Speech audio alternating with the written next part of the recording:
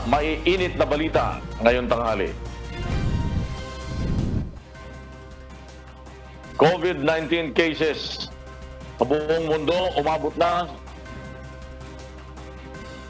sa 30 milyon.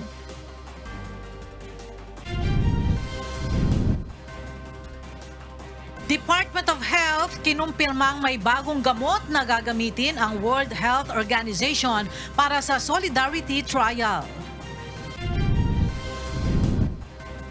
Mababang water oxygen level sa tubig sanhi ng fish kill sa Baseco area.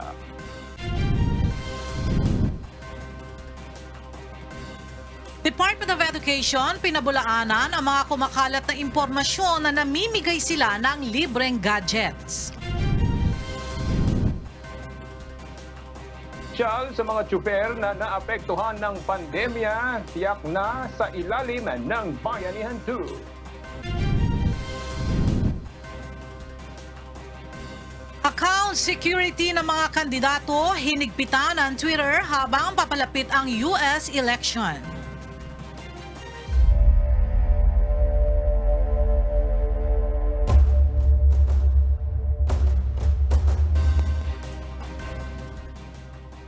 Magandang tanghali, ngayon po ay araw ng Biyernes, September 18, 2020. Ang UNTV Radio Mobile Booth ay naririto po ngayon sa kahabaan ng EDSA, partikular dito sa Caloocan City. At una sa ating mga balita. Umabot na sa 30 milyong individual sa buong mundo ang nahawahan ng coronavirus disease. Pinakamarami pa rin sa mga naitalang kaso ay mula sa Estados Unidos. Pumapangalawa naman ang India na sinundan ng Brazil, Russia at Peru. Mahigit 900,000 naman ang nasawi dahil sa sakit habang nasa 20 milyon naman ang gumaling. Sa Pilipinas, nasa 276,000 na ang kumpirmadong kaso ng COVID-19. Mayroon ding na mga 208,000 na nakarecover ngunit nasa 4,700 ang namatay. Tiniyak naman ng Malacanang na palalawigin ni Pangulong Rodrigo Duterte ang deklarasyon ng State of Calamity sa bansa bunsod ng coronavirus disease 2019. Sa ilalim ng State of Calamity Declaration, magagamit ng national government, gayon din ang mga lokal na pamahalaan ang karampatang pondo at Quick Response Fund upang labanan ang epekto ng krisis sa kalusugan. Aminado ang United Kingdom government na nasa ilalim ng matinding pressure ngayon ang coronavirus testing strategy ng pamahalaan dahil sa biglang pagtaas ng bilang ng gustong magpatest. Narito ang report ni Marie Peñaranda.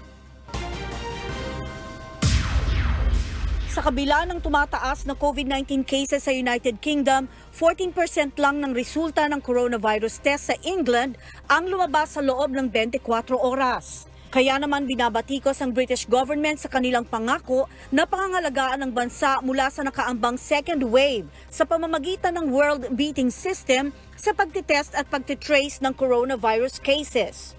Ayon kay UK Health Minister Matt Hancock, bagaman tumaas ang capacity for testing, tumaas rin ang demand ng gustong magpasuri. Isinisi ng kalihim sa mga taong gustong sumailalim sa testing ngunit walang sintomas ng COVID-19. Aminado rin si British Prime Minister Boris Johnson na kulang ang testing capacity at sinabing layunin ng pamahalaan na itaas sa 500,000 kada araw ang kapasidad nito pagsapit ng katapusan ng Oktubre. Samantala, umabot sa mahigit 4,000 ang naitalang bagong kaso ng COVID-19 araw ng Miyerkules, ang pinakamataas na bilang mula noong buwan ng Mayo. Habang nasa 20 naman ang naitalang nasawi kahapon dahil sa COVID-19. Marie Peñaranda, UNTV News and Rescue. Diyos ang aming sandigan, serbisyo publiko ang aming pinahahalagahan. Kinumpirma ng Department of Health na mayroong bagong gamot na gagamitin at susubukan sa isinasagawang Solidarity Trial ng WHO o World Health Organization. Ang detalye ng ulat ihahatid sa atin ni Aiko Miguel live. Aiko, tinukoy na ba ng DOH kung ano itong bagong gamot na gagamitin para sa solidarity trial ng WHO? Hindi pa ito tinutukoy ng World Health Organization at ng Department of Health. Ayon pa nga sa DOH, dahil may pagbabagong ginawa sa protocol ang WHO, may plano ngang idagdag ang isang bagong gamot sa Solidarity Trial. Iaanunsyoan niya ng Department of Health kung anong gamot ito kapag na-finalize na ang protocol para rito. Batay din sa ulat ng DOH as of September 7, may 1,009 na severe COVID-19 patients ang pasok sa criteria ng WHO sa Pilipinas na gamit ang off-label drug na Remdesivir, ang gamot para sa Ebola virus. 24 rin ang study sites ng Solidarity Trial dito sa Pilipinas. Ito ay sa National Capital Region, sa Baguio City, sa Batangas, sa Cebu at sa Davao. Samantala, bagaman may international shortage ngayon sa supply ng Remdesivir, ay parating na rin anya sa bansa ang karagdagang 1,000 vials ng antiviral drug na Remdesivir. Ayon pa sa DOH, ito na ang ikatlong shipment ng Remdesivir para sa Pilipinas mula sa World Health Organization sa Geneva.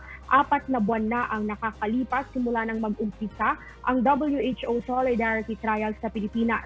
Ang Remdesivir na lang ang patuloy na ginagamit sa Solidarity Trial na inirekomenda ng World Health Organization. Ito ay matapos nga na ipatigil ng WHO ang hydroxychloroquine, ang gamot para sa lupus and rheumatoid arthritis, amigil at panggamot kontra malaria, maging ng lopinavir at ritonavir na anti-malarial drug na itinigil na rin batay sa rekomendasyon ng WHO. Yan muna ang latest live. Balik sa iyo, Aga.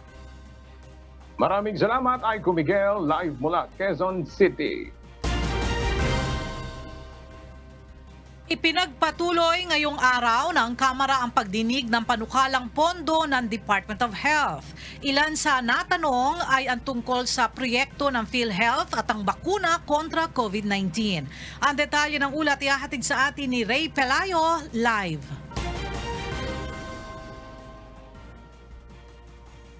Ray, ano-ano bang proyekto ang inusisa ng mga mambabatas kay Secretary Duque sa isinasagawang budget hearing ngayon?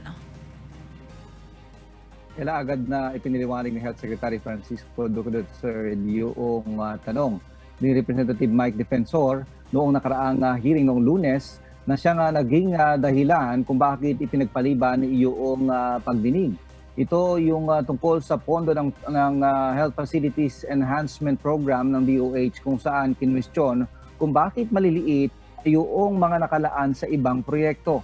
Ang mga primary healthcare facilities sana ang tutugon sa mga minor cases ng mga sakit sa barangay o rural health units. Ayon kay Duque, 45 billion pesos ang hiling nilang pondo sa Department of Budget and Management pero ang inaprobahan lang ay 4.7 billion pesos para sa 2021 kahit ito ang kanilang pinagkakasya. Pero sagot naman ng DBM, binawasan ang pondo sa health facilities improvement dahil mahina ang performance ng DOH sa proyekto. Samantala, natanong din ni Gabriela Party List Representative Arlene Rosas yung pananagutan ni Secretary Duque sa interim reimbursement mechanism o yung pondo na inilaan ng PhilHealth para sa tumugon sa pangailangan ng bansa sa COVID-19 patients. Iginiit ng opisyal na hindi siya kasama sa pumirma sa IRM dahil abala na ito sa pag-aasikaso sa pagtugon ng pamahalaan sa kasagsagan ng COVID-19. Ipinatigilan niya ito dahil sa nakita ngang mga irregularidad. Nag-update din ang DOH tungkol sa bakuna kung saan posibleng sa Oktubre ay maumpisa na nga ang Solidarity Trial ng World Health Organization. Ayon sa DOH, naglaan ng 2.5 billion pesos ang DOH ang kagawaran sa kanilang panukalang budget sa 2021 para sa susunod na taon. Ito'y para sa bakuna. Pero ang kailangan anya ay 12.9 billion pesos para sa 20 million na unang dapat na mabakunahan sa bansa. Pinag-aaralan naman ng DOH sa yung guidelines dito sa pagpapahintulot ng paggamit ng rapid test o yung antigen para sa mga borderline kung ito ay tuluyan ng papayagan ng kagawaran. Alright, maraming salamat Ray Pelayo live na nag-uulat mula sa Caloocan City. Bumubuti na ang sitwasyon ng COVID-19 sa Davao Region at yan ay ayon sa Department of Health 11. Pero babala ng kagawaran sa mga Davaoeños, hindi pa rin dapat maging kampante ang sinuman. At mula sa Tagum City, may report si Lucille Lloren live.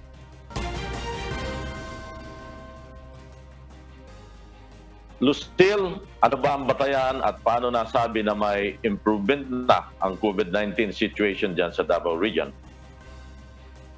Floor, batay sa ulat ng Department of Health mula September 6 hanggang sa kasalukuyan, wala na sa top 10 regions na may pinakamataas na COVID-19 active cases ang Region 11. Samantala, mula September 10 hanggang 14, hindi na pabilang ang rehiyon sa top 10 regions na may pinakamataas na mga bagong kaso. Ayon kay Dr. Lenny Joy Rivera, ang Assistant Regional Director ng DOH sa rehiyon, ang pagbuti ng sitwasyon ay dahil sa pagsunod ng publiko sa Public Minimum Health Standard, gaya ng pagsusuot ng face mask, face shield, pag-oobserba sa physical distancing at palagiang paghuhugas ng kamay. Pakinggan natin ang pahayag ni Dr. Rivera. We are actually lessening the number. So it means we are actually implementing yung mga minimum health standard. Lord, gayunpaman, hindi pa rin dapat anya magpakampante ang mga Davaoeños dahil patuloy pa rin na tumataas ang kaso ng local transmission sa rehiyon, partikular sa Davao City. Nito lamang May, 197 ang naitalang local transmission sa Region 11, 115 itong June, at nang isinailalim ang buong rehiyon sa Modified General Community Quarantine itong July, naging triple ito at umabot sa 377. 534 naman itong Agosto at mula September 1 hanggang 15, nasa 194 local transmission na ang naitala. Lord, dagdag pa ng opisyal hanggat wala pang bakuna kontra COVID-19, ang pagbaba ng active at new cases sa rehiyon ay hindi batayan na kontrolado na ang transmission. Kaya patuloy ang paalala ng kagawaran sa istriktong pagsunod at implementasyon sa mga minimum health standards. Lord. Maraming salamat, Lucille Lloren, nag-ulat mula sa Tagum City. Hindi na papapasukin sa lalawigan ng Bataan ang mga walang maipapakitang QR code simula sa October 1. Mula sa Pampanga, may report si Leslie Huidem live. Leslie, para saan ba yung QR code na yan?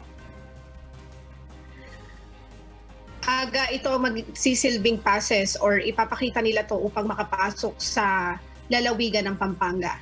Simula kasi sa October 1, 2020 ay patutupad na sa probinsya ng Bataan ang No QR Code, No Entry Policy. Ito ay upang mapaigting ang contact tracing at mas mapabilis ang prosesong pinagdaraanan ng mga returning overseas Filipinos, locally stranded individuals at authorized person outside of residence.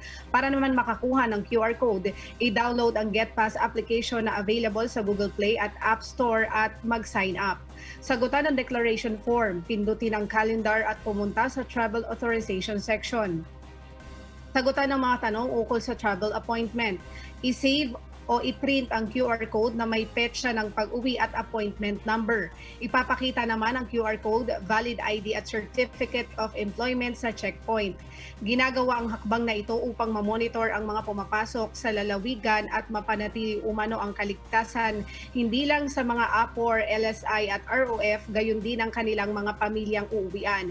Hiningi naman ng provincial government ng Bataan ang kooperasyon ng bawat isa upang huwag nang kumalat pa ang nakamamatay na sakit sa lalawigan. Samantala, tuloy-tuloy pa rin ang isinasagawang dry run para dito upang masiguro ang kahandaan ng mga kawaning magbabantay sa mga checkpoints, gaya ng Metro Bataan Development Authority, PNP Bataan at Bureau of Fire Protection na otorisadong mag-monitor ng QR code system gamit ang GetPass mobile application. At yan muna ang balita. Aga. Maraming salamat, Leslie Huidem, live mula Pampanga.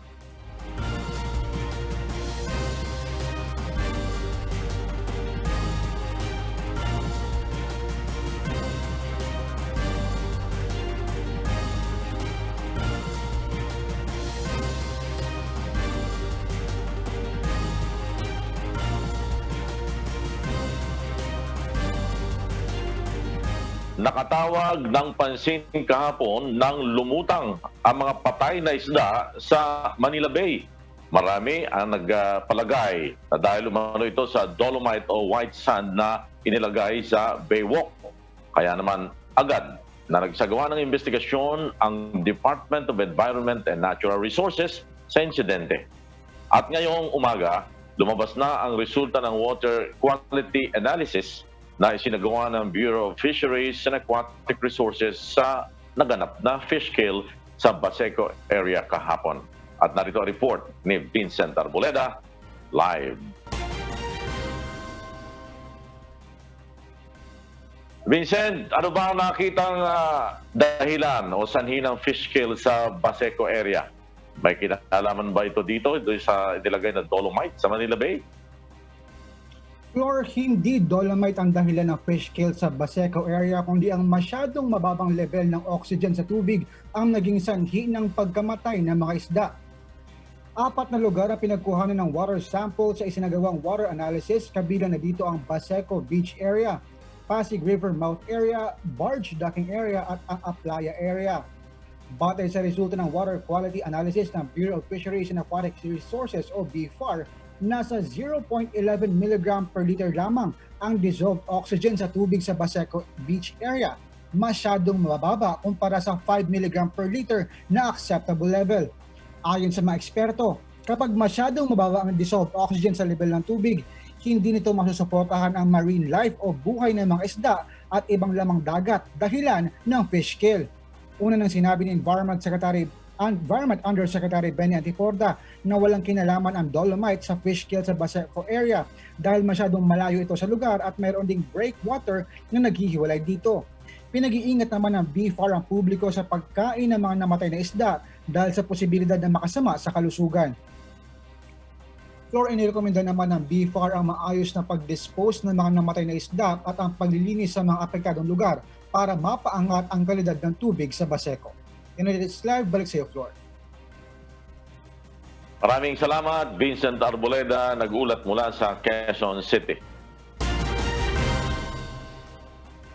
Pinaghahandaan na ng Department of Tourism ang muling pagbubukas ng turismo sa bansa. Tiniyak naman ng kagawaran na may mga hakbang silang gagawin upang maiwasan ang pagkalat ng COVID-19 sa mga tourist destination sa bansa. Ang detalye mula kay Ray Pelayo. Nasa 8.5 billion pesos ang panukalang pondo ng Department of Tourism para sa 2021 na mas mababa ng 93 million pesos kumpara sa budget ng kagawaran ngayong taon. Ayon kay Secretary Bernadette Romulo Puyat, malaking bahagi nito ay para suportahan ang lokal na turismo. Lumabas sa isang pag-aaral na posibleng umabot sa 78% ang mababawas sa kontribusyon ng turismo sa ekonomiya ng bansa pagdating ng Disyembre dahil sa epekto ng COVID-19. Base sa survey ng DOT, 77% ng mga turista ay gustong maglakbay kahit wala pang bakuna kontra COVID-19. Nakasaad sa 2020 Philippine Travel Survey Report na nangunguna sa travel activities ang pagpunta sa beach, road trip at staycation.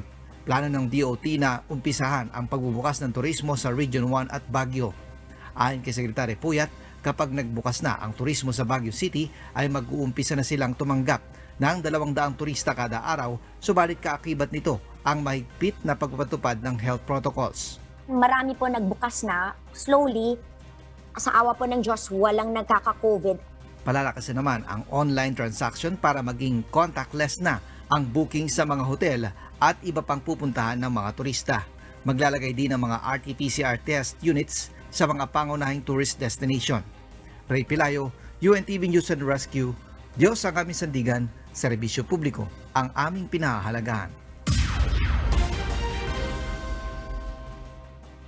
Gagamit na ng social media platforms ang Valenzuela City Local Government upang maihatid sa mga estudyante ang kanilang aralin para sa darating na pasukan.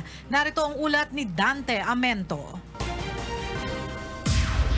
140,869 na mga mag-aaral na sa K-12 education ang naka-enroll sa Valenzuela City para sa school year 2020-2021. Pero dahil hindi pa pinahihintulutan ang face-to-face classes, gagamit muna ang Valenzuela City Government ng social media platforms para sa distance learning. Ayon kay Dr. Meliton Zurbano, Assistant School Division Superintendent ng Valenzuela City, magkakaroon sila ng live video streaming lesson sa pamamagitan ng Facebook na tinatawag nilang Valenzuela Live. Ang YouTube naman ay magiging storage ng video lessons. May nagawa na umanong channel ang DepEd Division Office. May teacher po na nagtuturo doon, then may interaction din sa mga bata. Yung ibang mga teacher naman po nanonood din, nag-guide doon sa mga estudyante nila through doon sa group na ginagamit. Mayroong chat group kung saan pwedeng magtanong ang bata o para sa follow-up discussion. Para sa assessment ng mga bata, magkakaroon bawat isa ng sariling portfolio kung saan dito ilalagay ang activities para kolektahin ng guro upang ma-check at mabigyan ng grado ang mag-aaral. Ayon kay Senator Win Gatchalian, Chairman ng Senate Committee on Basic Education, Arts and Culture, sa ginawa nilang survey, 80% ng mga residente ang may internet connection at gadgets, habang 90% naman ang may Facebook account. Bumili kami ng tablets doon sa remaining 20%. So we mandated the use of Facebook Live to teach our subjects. Ngayon, it doesn't mean na hindi na namin papansinin yung national TV at radio. It will really depend on the superintendent paano niya balansehin yun. Inaasahan na isasagawa nila ang simulation ng Valenzuela Live sa susunod na linggo. Dante Amento, UNTV, News and Rescue. Diyos ang aming sandigan, serbisyo publiko ang aming pinahahalagahan.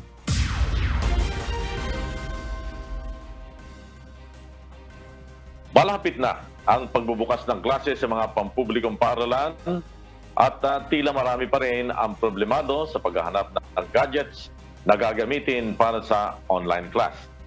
Bagamat may ilang lokal na pamahalaan na namimigay ng libreng tablets, may ilan namang nakukuha pang manloko.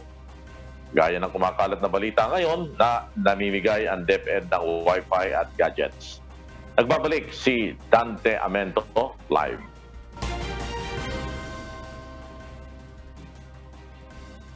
Dante, mayroon bang katotohanan mga balitang ito? Ano ang sabi ng DepEd?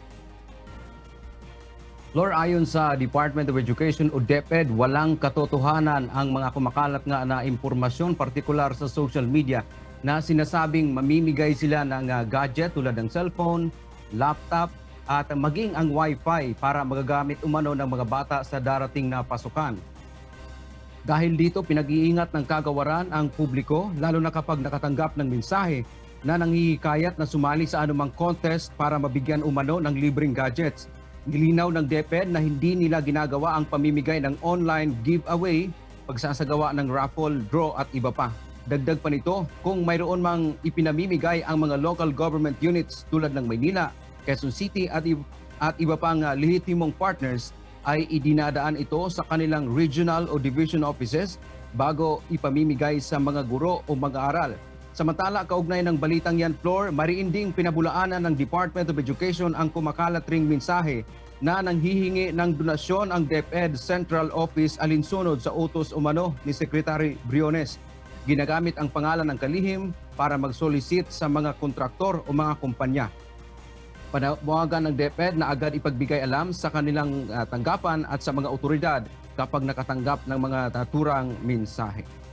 Lord, ang binigyang diin ng Department of Education ay wala pa sila sa ngayon. Practically, wala pa silang kakayahang magbigay nga ng mga gadget dahil ay mayroon pa silang malaking pangangailangan pagdating sa budget, lalo na naging nasupresa nga sila itong hindi inaasahang pagkakaroon ng COVID at nagkaroon ng pagbabago sa sistema ng ating edukasyon na kailangan mayroong mga naidagdag na mga dapat gawin ng kagawaran na nangangailangan din ng pondo. Kaya ito ngayon ang nilinaw ng kagawaran, hindi sila namimigay ng gadget at on the contrary, hindi rin sila nagsosolicit ng sa iba't ibang mga grupo para pambili umano ng gadgets para naman ipamigay sa mga mag-aaral. Yan ang ating balita mula dito sa Quezon City. Balik sa iyo, Flor. Maraming salamat, Dante Amento, nagulat mula sa Quezon City.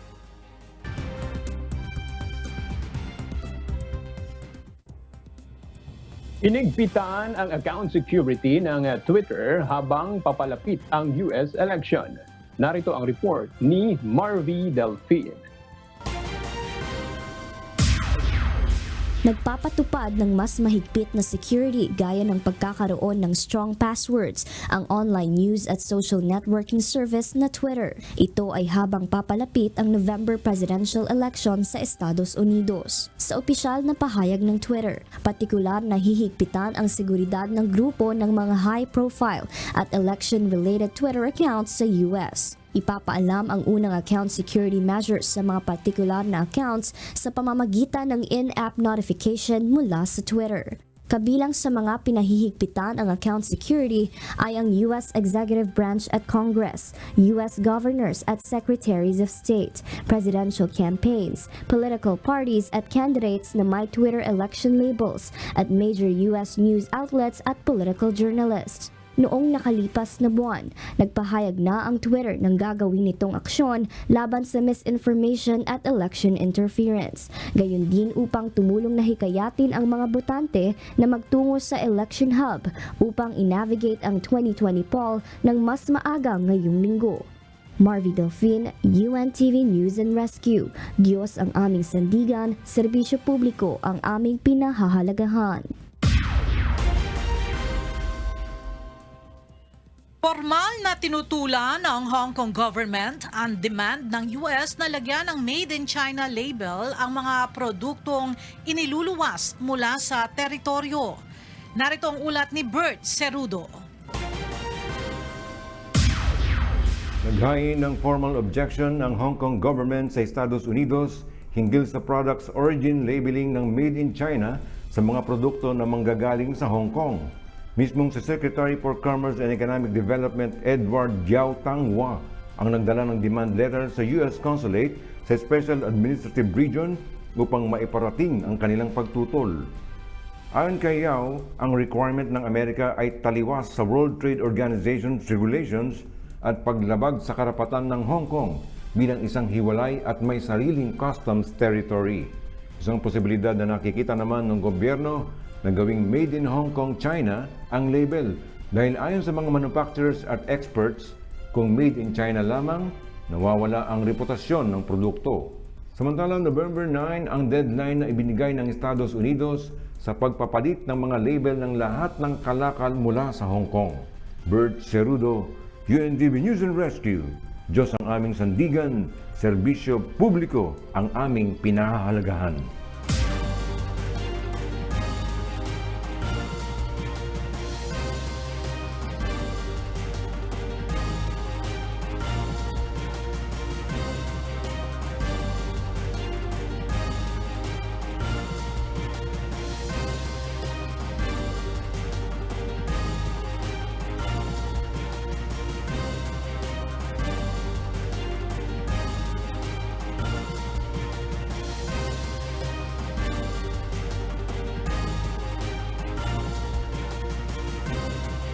Nakalabas na ng Philippine Area of Responsibility ang Bagyong Leon. Alamin naman natin kung ano ang magiging lagay ng panahon ngayong araw mula kay Mon Hocson na nasa UNTV Weather Center. Yes, Mon. Yes, Aga, tama ka dyan. Nakalabas na ng Philippine Area of Responsibility ang Bagyong Leon at patuloy na tinatahak ang bansang Vietnam sa kasalukuyan. Sa ngayon, ang southwest monsoon o itong tinatawag nating hanging habagat ang siyang nakakaapekto sa malaking bahagi ng bansa, partikular na po dito po sa Luzon at dyan naman sa Visayas. Dito po sa atin sa Luzon, kasama ng Bicol, Mimaropa, Quezon at Batangas, makakaranas po ng maulap na papawirin na may kalat-kalat na pag-ulan, pagkidlat, pagkulog. The rest of Luzon, kasama na po tayo sa Metro Manila, makakaranas ng maaliwalas na panahon na may kalat-kalat na mga pag-ulan. Dito naman po sa area ng Visayas at kasama na po ang Mindanao, magiging maulap ang papawirin. Meron din pong kalat-kalat na mga pag-ulan, pagkilat at pagkidlat at pagkulog. The rest of Visayas, kasama na po ang buong Mindanao ay makakaranas naman ng maaliwalas na panahon. Pero posible pa rin po ang mga pag-ulan lalo na po sa hapon at gabi. Dulot po yan ng mga thunderstorms. Yan po ang ating weather update. Balik sa Aga. Salamat, Mon Hocson from UNTV Weather Center. Isa na namang Dalawang nagbebenta ng Peking Travel Authority ang naaresto sa Pasay City. Ang iligal na gawain ng suspect na si alias Abner ay isinumbong sa Pasay City Police kaya agad silang nagsagawa ng entrapment operations. Nakuha sa kanya ang 5 blankong medical at isang Travel Authority certificate na ibinibenta nito sa halagang 4,500 pesos. Nahaharap ito ngayon sa mga kasong falsification and use of falsified documents.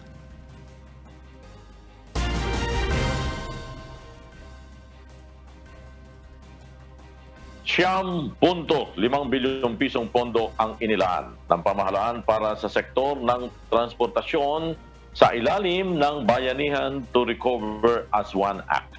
Kasama sa paglalaanan nito ang subsidiya para sa mga tsuper at operator na naapektuhan ng pandemya. Narito ang ulat ni Asher Cadapan Jr. live.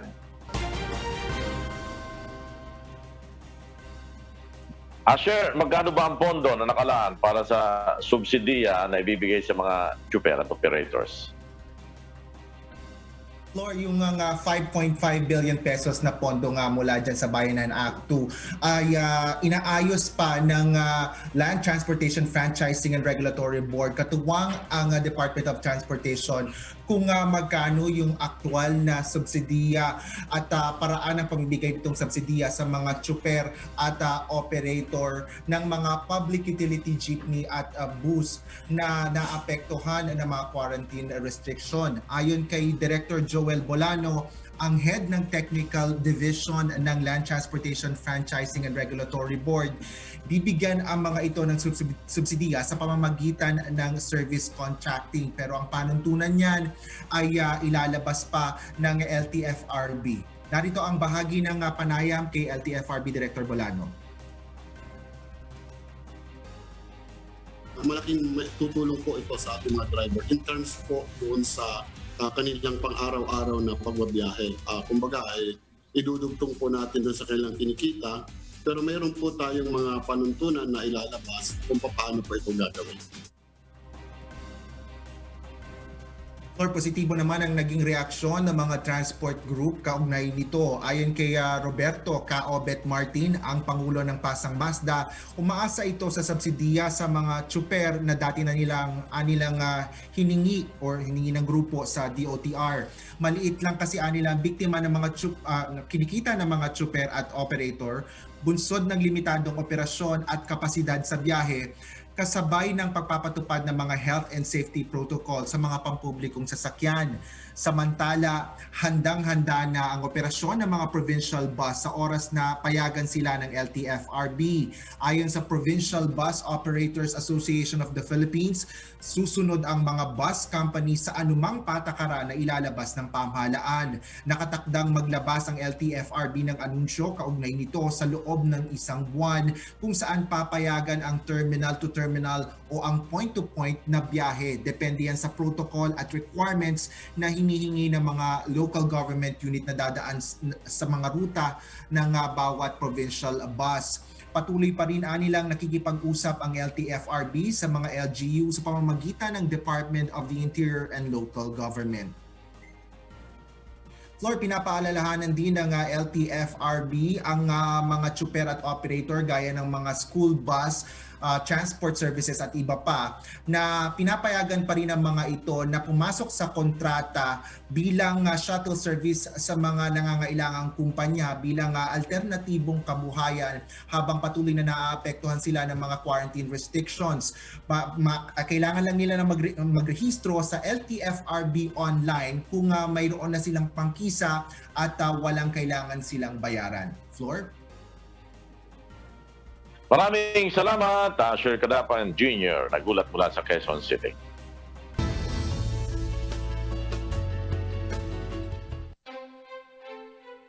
Excited na ba kayong magtampisaw sa beach with white sand?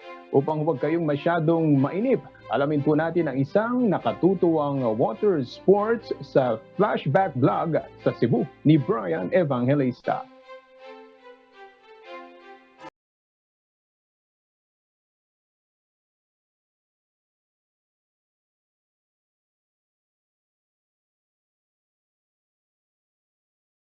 Usapin ngayon ang white sand. Well, magpalamig muna tayo sa Cebu, ang tinaguriang Queen City of the South, kung saan hindi lang best for island hopping sa mga naggagandahang isla nito. Sa linaw kasi ng tubig at sa ganda ng tanawin, perfect spot din ito for wakeboarding. Kaya naman inulit-ulit ko ang practice sa buhangin dahil baka saan ako pulutin. Maalon kasi sa dagat, kaya magkahalong excitement at thrill ang iyong mafe-feel. Pinakita muna sa akin ni Nori ang aktual na wakeboarding sa dagat. Buti na lang, mabait ang aming Japanese Marine Sports Instructor dahil detalyado niyang naipaliwanag sa akin ang dapat gawin. Parang kay dali lang gawin, hindi ko lang alam kung ano ang aking sasapitin. Waiting home. Already? Okay! Boat? Go. This. 1, 2, 3. Stand up. Ito ang wakeboarding na nasa dagat tayo mismo. Hindi kagaya ng ginagawa natin na hinihilalan tayo ng cable. Ewan ko lang kung makakatayo ako nito kahit isang segundo. Maya pa ay ramdam ko na ang paghila ng speedboat. Nakatingin lang ako sa malayo at dahan-dahan ng pagtayo hanggang makuha ko na ang balanse. At hindi ko akalain, makakaya ko pala ang extra challenge na ito. Mapaglabanan mo lang ang iyong kaba para ma-enjoy mo ng todo. Mahirap kasi nakakangawit lang pala dito yung sa kita, saka dito sa likod, pero masarap ang paramdam, parang hindi ikaw. No? Thank you. Galing na nagturo sila Sir Nori at Sir David. Nice, beautiful now. Oh, good. Great. Kay sarap pala sa pakiramdam at kay saya sa kalooban na maranasan. Kaya sa inyong pagdayo dito sa Cebu, challenge na ito'y inyong subukan. Nice, nice, nice, nice. Kaya salamat sa may kapal sa isa na namang adventure na hindi malilimutan. Brian Evangelista, UNTV, News and Rescue. Diyos ang aming sandigan, serbisyo publiko ang aming pinahalagahan.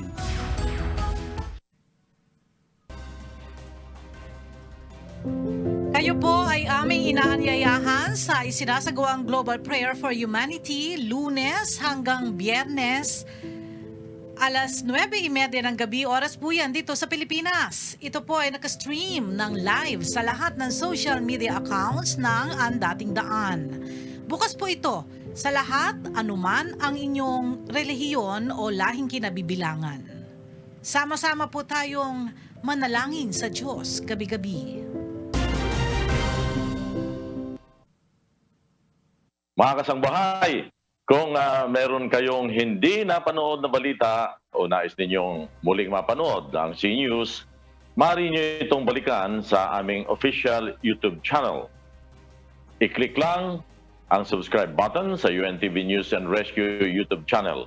Mapapanood nyo na rin po dito ang iba pang news program ng UNTV, pati na ang iba pang video ng nag-iisang public service channel. Kaya i-click, subscribe, and share. Yan.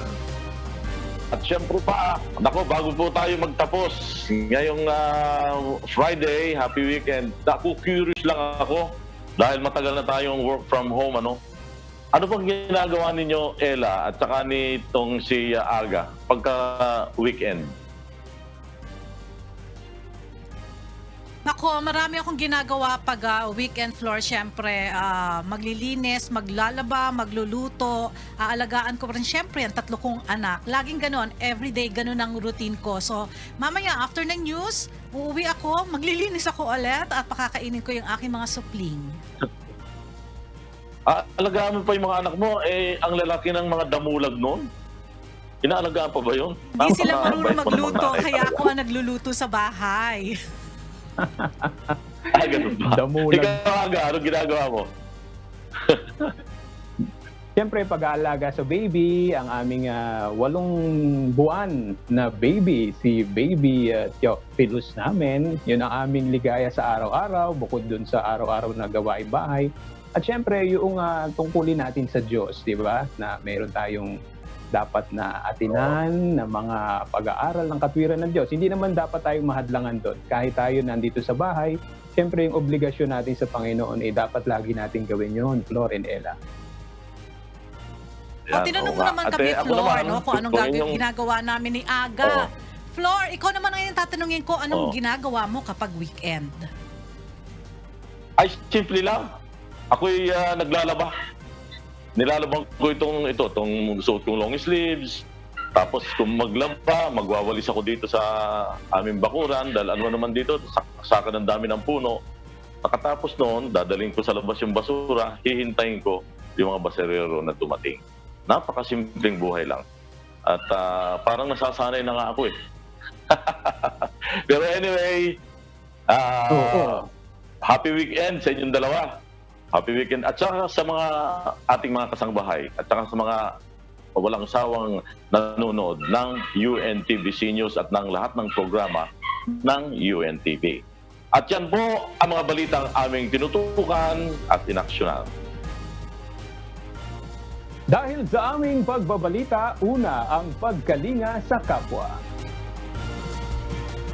UNTVC News, may balita saan mampanig ng daigdig. Diyos ang aming sandigan, serbisyo publiko ang aming pinahalagahan. Magandang tanghali at